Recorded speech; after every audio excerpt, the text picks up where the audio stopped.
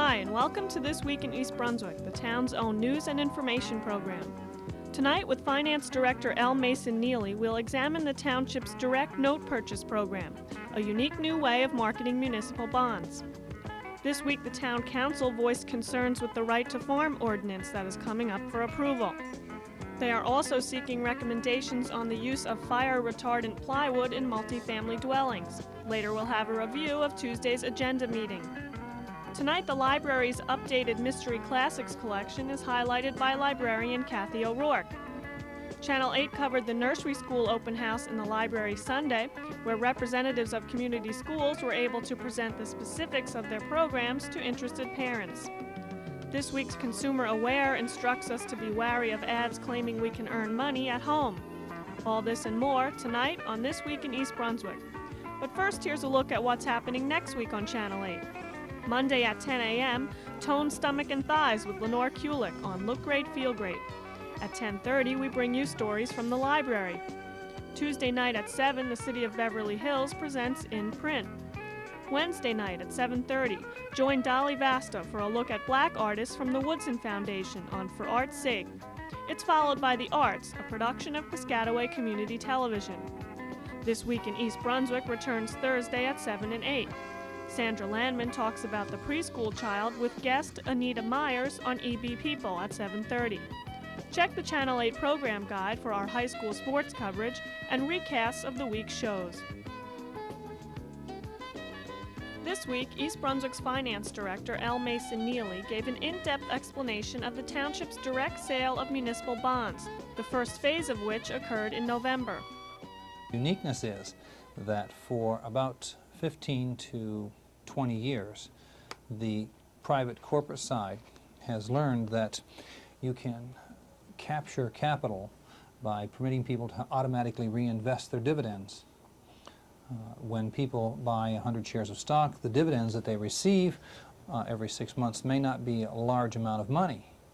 And when people receive that money, they simply dispose of it by spending it. A number of years ago, corporations said, gee, if they would like to automatically reinvest, we could recapture that money, have a steady flow of capital funds, and do it without major cost, because there's no broker's fees, there's no licensing fees, and it's minimal reporting. Now that has been such a good cash cow for the private sector that almost every major corporation offers that to their stockholders as a form of getting capital without going to the major investment banks. Well, there are literally billions of municipal bonds out there, and every town and city and county across the nation, as well as state and special authority, is paying debt service, but yet we have established no relationship with our bondholders. This uniqueness now establishes a relationship with the bondholders that hold municipal debt and permit them to have an opportunity to direct purchase, which means that they can avoid the underwriter's costs and the brokerage fees, as well as allowing them to automatically reinvest and accumulate wealth on a tax-exempt basis. And if you're a New Jersey resident, it's double tax-exempt, both the federal tax and the state income tax. What will East Brunswick return to the investor and when? What will we return? Well, it always depends upon the market, because East Brunswick is a AA rating community, and that means that we're the second highest credit security risk or credit security that is rated by Moody's Investment Service. And so the market fluctuates, just as the dollar changes on the international market, the value of what we would have to pay or the interest rate we'd have to pay to borrow money changes. And therefore we price that every time we go to market. The ones that we recently offered, we priced them at a 6.17% interest. Mm-hmm. What is the benefit to the township? The benefit to the township? Way? Well, there's about 3 benefits. Number one is that we avoid the underwriter's costs. Normally, a major bank would buy our whole issue. In this case, we sold almost $2.5 million. They would buy the $2.5 million, and they would probably charge us 6.5% interest.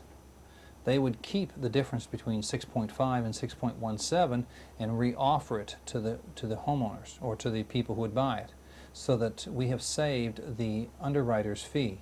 By going directly to the marketplace, we have taken the underwriter out of the market, and we've saved that, in this case, it might be 25 or 30 basis points. Where does the AT&T Corporation fit into this? The AT&T American Transtech is really a technical division of the larger Bell-Tel system and or AT&T system. And it was set up initially to process the dividend reinvestment program for AT&T, and then it was given the divestiture functions to take the AT&T Corporation and divide up into the 7 smaller Bells. And they handle all of the paperwork for stock transfer, dividend reinvestment, dividend payment, and communication questions, and it's all very highly computerized. Well, that system has proven has worked for the last 15 years.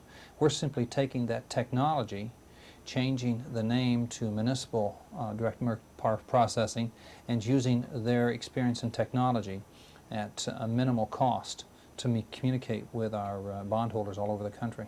Mm-hmm. East Brunswick is the first governmental kind of organization to use the direct sale of bonds? There have been forms of direct sales that have taken place, and East Brunswick did a direct sale back in 1968 and 69, and we were the first one to issue at that time. But with this concept of completely immobilizing the paper, everything here is electronically handled. When someone buys an East Brunswick note, they don't receive a physical document, which in the rest of the world they do. They simply receive a notification that they have purchased that, and their information is held on computer. And then when the interest payments due, they automatically are mailed that check, or the funds are wired to their account. But we're trying to immobilize the paper. If you were on our traditional approach and the underwriters of the major bank were to buy our paper, and suppose it were Bankers Trust, and they bought $2.5 million worth of paper, we would have to give them certificates that are known as bond anticipation notes, and if it were a bond sale, they would be bond certificates. We'd hand deliver those, they would receive them, count them, and then we would have the expense of printing those. They would have to process those. They'd have the expense of safekeeping, and then they would mail those out to the bondholders, or else put them in a bank someplace for the bondholders. And that whole cost of printing certificates, of special handling, special processing is avoided because we're simply doing it by electronic wire. Very much like a bank statement for someone who no longer has a deposit book. Well, that technology has been around for a long time, and it seems only appropriate that we in municipal government step up and begin to use that technology to save the cost of running municipal government. So that's why East Brunswick's done it. What happened with the direct sale of mini bonds that East Brunswick participated in? What happened? A few years ago, right? Well, it was very successful, and nothing happened to it other than the fact that the people who purchased the bonds were satisfied, and we demonstrated to the marketplace that a new instrument could be used. You see, one of the reasons that we did the direct sale in 1968 was not that there was no problem issuing our paper, and the rates that we could sell it for were very favorable, but prior to that time, all bonds were printed on large sheets of paper that were about 14 inches long and 8.5 inches wide, and they were specially created paper, normally 80% rag paper, highly expensive paper, and they were printed with intaglio printing, which is a form of steel engraving. And that steel engraving was a very expensive process, a very timely process, and then hooked to that were little tiny coupons that one would clip. Well, that process grew out of the 1840s, and it was time to change. And we had suggested it be changed, and no one wanted to change it. So we sold bonds directly to the marketplace in 1968, and we used checkbooks instead of bonds, instead of the fancy engraved bonds, and to show that it could work. And not only show that it could work, but you could cut the printing cost down, you'd have a more secure instrument, you could process it faster, and that the customers would receive it. Well, that event did churn. People did begin to automate. We did change the form of the instrument. And so what we had set out to do in 1968 has been accomplished through a number of means, partially through the tax reform acts that have been adopted by the federal Congress, and partially through market acceptance. And all of that initially started the wheels turning by East Brunswick doing that. East Brunswick has simply taken another step in the marketplace to begin to say there's a better way to run government, and we ought to take advantage of those rather than simply be stuck in the same rut. Now, did you research this operation? Is this your baby, this whole? Well, no one ever stands alone and creates an idea. You always stand on the shoulders of those people who are before you. So AT&T gave a lot of input to it as we discussed it. Bob Adfeld, who was a fellow who does some underwriting and is a technical person in New York City, he and I have chatted for years about different ways of changing the marketplace and how you can immobilize instruments. So it really came out of a lot of general discussions. But East Brunswick initiated the concept, and East Brunswick has been a market initiator for a number of years. What were the results of the sale initiated this past November? Well, the results were that we initially said we were going to offer $1.5 million. And then if more people responded, we would increase the offering. Well, people did respond. The demand was greater than what we had initially offered. We had the availability of the authorizations, so we increased the sale to almost $2.5 million. And from that, and subsequent to that time, we have had initial requests. So we're going to sell another $2 million in March of 1989. The paperwork is being put together, and notice is going to go out to our bondholders and interested parties, as well as news announcements. On the 30th of this month, we're going to be mailing all that information, and hopefully we'll be allowing the press to be aware of that as of the 30th. And so as of March 1st, we're going to sell another $2 million. And that's simply in response to people saying, hey, we like the idea, we appreciate the direct market, we appreciate saving the underwriter's fee, would you sell us some more paper? And of course we have some water lines to put in, and we have the new senior citizen facility that's being constructed off Fern Road, while we have to acquire some land. So we're doing some temporary financing to bring funds available to make those projects real, and this is a way of doing it at least cost. The Direct Note Purchase Program allows for investments as low as $100 and reinvestments when the note matures in 1 year.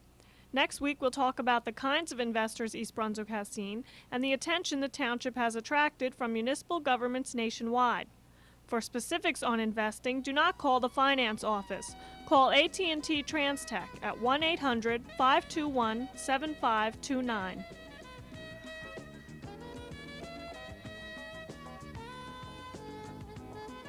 Hi, I'm Kathy O'Rourke, and I'm here today in the Mystery section of the East Brunswick Public Library to give you some news about a very special collection of books which are in the library's Mystery Collection. The Mystery Classics Collection is a special collection of classic mystery books endowed by the family and friends of Elaine Heumann, a resident of East Brunswick and avid mystery reader who died in 1987. Elaine loved to read mystery books. Her husband Milton, in discussions with library staff members, agreed that this collection would be a wonderful tribute to his wife. The initial group of books for the collection was selected and acquired in the spring of 1988. Authors included in this group range from Edgar Allan Poe, considered by many to be the father of the modern detective story, and Charles Dickens, to Ellery Queen and Agatha Christie. We have recently acquired over 50 new titles for the collection. Most of these newly added titles are more recent mystery classics, with publication dates ranging from 1900 to 1975. For the next 2 weeks, the newly added titles in the Mystery Classics collection will be on display and available to be checked out on the display cubes in the center of the library. Also on the display cubes, you will find the newly revised listing containing all of the books in the collection. After the display is taken down, the books will be shelved in the library's mystery section in alphabetical order by the author's last name, and copies of the list will be available at the reference desk. The Mystery Classics collection, endowed in memory of Elaine Heumann, is a very special collection. We're sure the mystery readers among you will agree and invite you to stop by the library and check it out. The Nursery School Open House, sponsored by the library's Children's Department, provided an opportunity for community parents to meet with different school officials all in one place, rather than hunting down preschool services on their own. Various school representatives made presentations on what their programs have to offer to East Brunswick children. Hi, I'm Patty Schneider. I'm Vice President of the Board of Pine Grove Cooperative Nursery School. Pine Grove was begun in 1957 by a group of parents who wanted to be part of their child's early childhood education. We're located in St. Michael's Chapel, which is on the Bush campus of Rutgers in Piscataway. The number is 463-8555. Pine Grove is a unique program because we're the only cooperative in the area, which means that parents are involved in running the school, maintaining it, making policy decisions, and being involved in the classroom with a teacher. There is a certified teacher in each classroom, and 2 parents participate daily with the teacher. So you get to see your child's development, plus get a sense of what other children's development is at that point. We also have an extended day program which runs in the afternoon, in which parents are not involved. We have programs for 2-, 3-, and 4-year-olds, and one other unique thing about our program is we do not require toilet training. We believe that children should develop at their own rate, and we try to have a very flexible program with less structure than most other schools. We allow kids to really use their creativity more. I hope that you'll consider us and come call us anytime and make an appointment to see us. Hi, my name is Anita Myers, and I'm one of the directors of the Tots and Blocks Nursery School. Tots and Blocks is a private preschool. We're located on Route 516 in Old Bridge, about 1.5 miles from Brunswick Square Mall, just to give you a feel for it. Our program includes children from ages 2.5 to 5, and they come 2, 3, or 5 half days a week. We have certified teachers and teacher assistants. What I think is special about our program is our enthusiasm, our colors. We have purple walls, we have things hanging from the ceiling, and we have a social science type of program where we do different life science topics with the children, make it a very hands-on experience. If you were to come to our school right now, you'd see Eskimos in the hall, you'd see a cardboard igloo, you'd see a sled and some huskies, because that's the unit that we're discussing this month. And every month it's something different, and the kids really look forward to what's happening next. Last year we did a yearbook with our children. These are candid photos of them throughout the year, and they're different interest centers in different areas, and it's just something that helps to attach the home and the school when the kids are not there.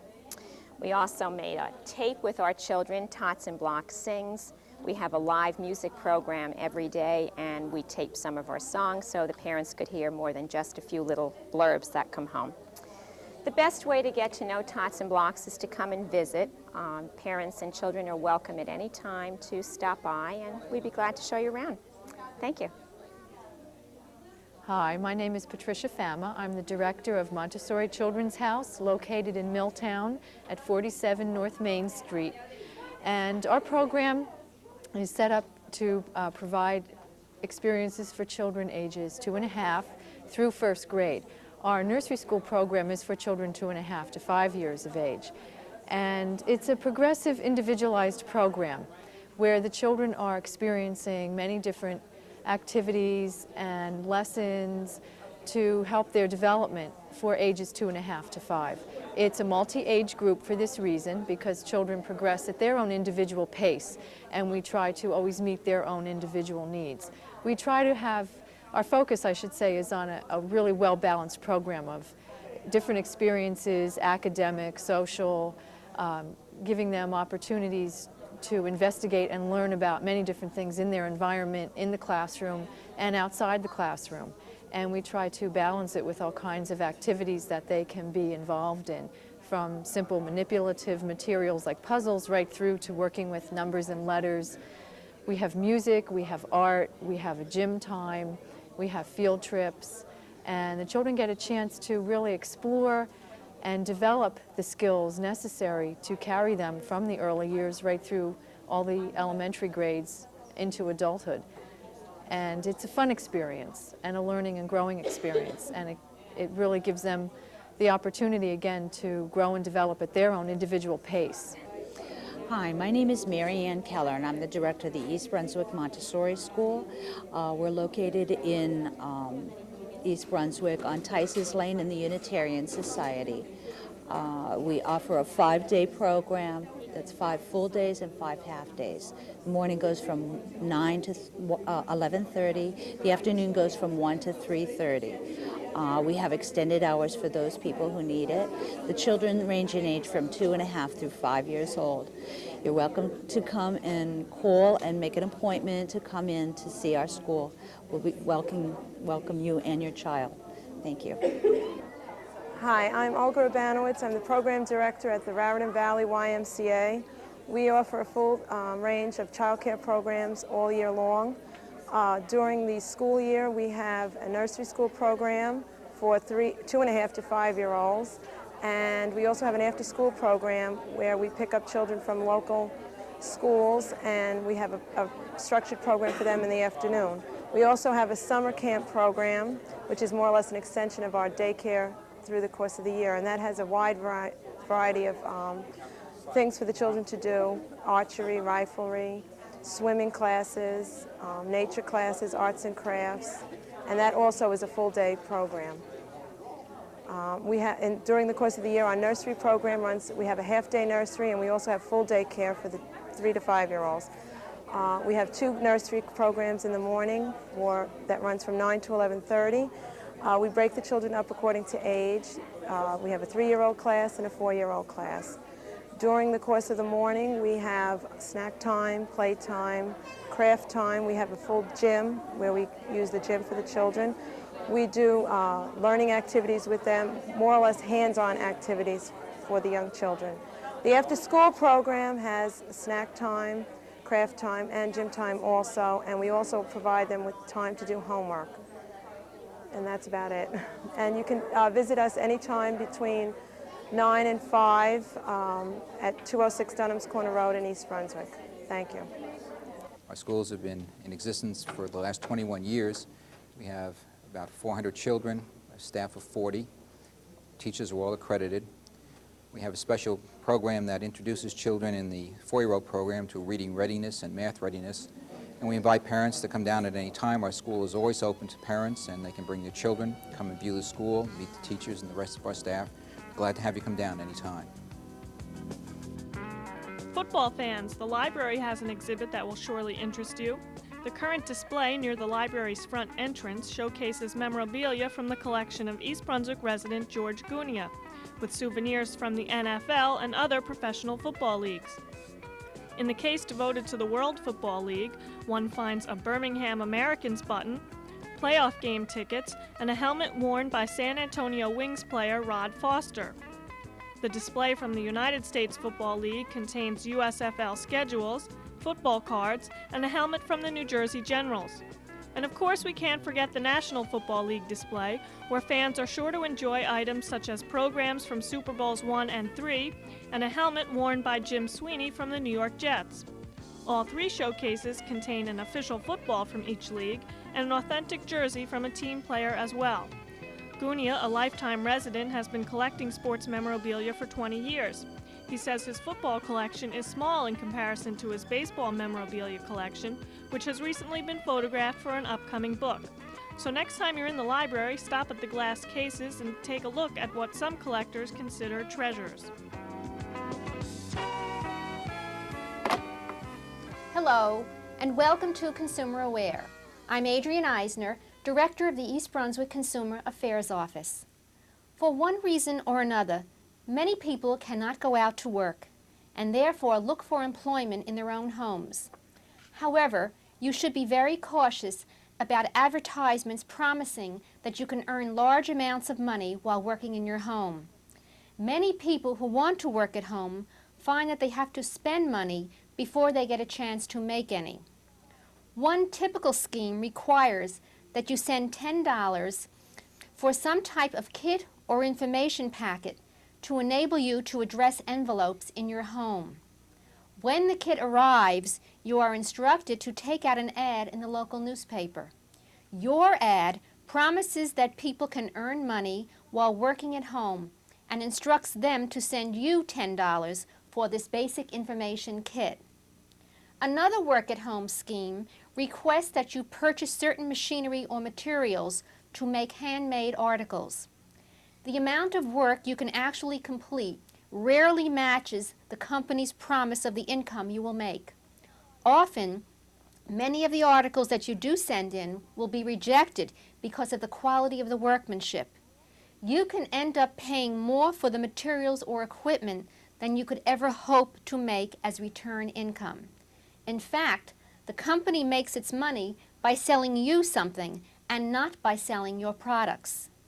If you are considering any kind of work-at-home business, investigate before you send any money. Make sure you get all promises in writing. Find out the exact nature of the work involved, your chances of success with the business, how much money you will have to invest, how many other people will be selling the same product in your area, the quality and quantity of the products you'll be selling, and any training or assistance that you are to receive. If you have any further questions about work-at-home plans, please contact us at the East Brunswick Consumer Affairs Office. We are located right here in the Municipal Building. Monday through Friday, call us 390-6954. Thank you for joining me on Consumer Aware. See you again next time. The controversial use of treated plywood in home construction was a topic addressed at Tuesday night's council agenda meeting. Councilman William Kirk voiced his concern about the use of this plywood, which is chemically treated to curb the spread of fire in townhomes, condos, and other multifamily dwellings. Elements such as humidity and heat cause the wood to deteriorate prematurely, and there is a potential for major structural damage. Township Attorney Bertram Bush explained that use of this wood in construction is legal according to state uniform construction codes, which the township does not have the power to override. But Kirk wants to seek alternatives and is looking for a solution to this housing dilemma. He suggests that the council press the state for more stringent building codes. Finance Director L. Mason Neeley noted that 2 complexes in East Brunswick are affected by the situation, which first surfaced a year ago. He maintained that in most cases, builders of these developments have not only met township fire and construction safety standards, but have taken additional measures to ensure safety when constructing their housing units. The council chose not to take any formal action at the meeting, but instead decided to ask the township's Building and Construction Department to prepare a report with recommendations on how to proceed with this matter. An ordinance designed to provide safeguards to township farmers and to ensure the preservation of their farming trade was also discussed at Tuesday night's meeting. The ordinance, known as the Right to Farm legislation, would allow farmers to use whatever tools, machinery, and other resources they need without restrictions. The ordinance maintains that all citizens within a farming community benefit from both the open space and the natural bounty provided by the farms. Although council members are basically in favor of the ordinance, Mayor Jack Sinagra expressed concern that the ordinance encompasses the entire township. He feels that with the township's high-density housing situation, the ordinance should be restricted to RP, Rural Preservation Zones. This would alleviate any problems that might occur due to the spraying of pesticides. Councilman Ira Oskowski spoke about his concern over potential noise problems created by various types of farm machinery. Action on the ordinance is being deferred, pending further review and discussion with local farmers. That's all for now. Thanks for watching.